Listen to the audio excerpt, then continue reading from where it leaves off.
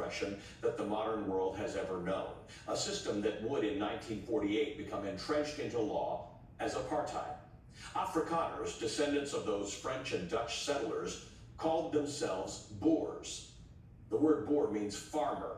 That's where the term the Boer War comes from. The Boers built their identity around independence, strict Calvinist values, and later, the institution of white supremacy. On white people, the word apartheid itself didn't officially enter politics until the national elections of 1948 in South Africa, the one that took South Africa from being just a racist British colony into an independent and thoroughly racist republic. But long before that, British colonists and Boer settlers were already competing over which one of them could treat the black population worse. That in a truly democratic South Africa, one in which non-white people could vote, white people would lose everything. And they didn't just target black South Africans, whom they referred to with the derogatory term Kaffers.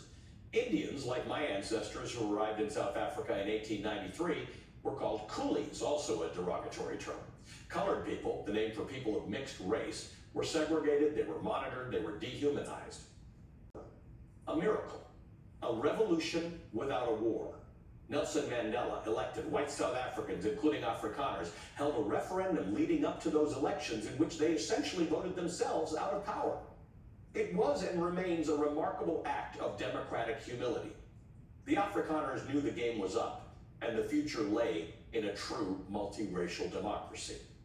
Today, the South African government empowerment to redress 3 centuries of economic and educational exclusion, their version of what one might call DEI. And yes, some white South Africans, Afrikaners included, say that this feels a lot like reverse discrimination.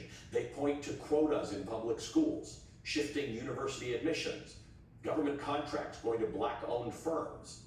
And just like in America, there are extremely poor white communities in South Africa, a situation that was part of a targeted genocide against white people. That claim has no basis in fact. This is where the story stops being about South Africa and starts being about America. In 2018, President Donald Trump tweeted that he would ask the State Department to investigate the, quote, large-scale killing of white farmers in South Africa. No data, no context, just the echo of a white nationalist talking point. South Africa has echoed similar sentiments, painting Afrikaners as victims of a hostile black majority government. Just this week, Elon Musk shared at least 20 posts on X about South Africa and what he calls anti-white laws. But ask yourself, is this really about concern for Afrikaners? Or are Afrikaners being used, deployed, as symbols in a broader American narrative that says white people everywhere are under attack? It's a way to justify grievance politics. This is what happens when minorities take over. Afrikaners, descendants of colonizers, are being recast as victims of multiculturalism, pluralism, and true democracy, as messy and complicated as democracy can be. The story of the plight of the Afrikaner is being distorted to scare white Americans into thinking that they too are being replaced, pushed aside, and erased. Remains. Are Afrikaners being discriminated against? Some feel they are, and they may be right.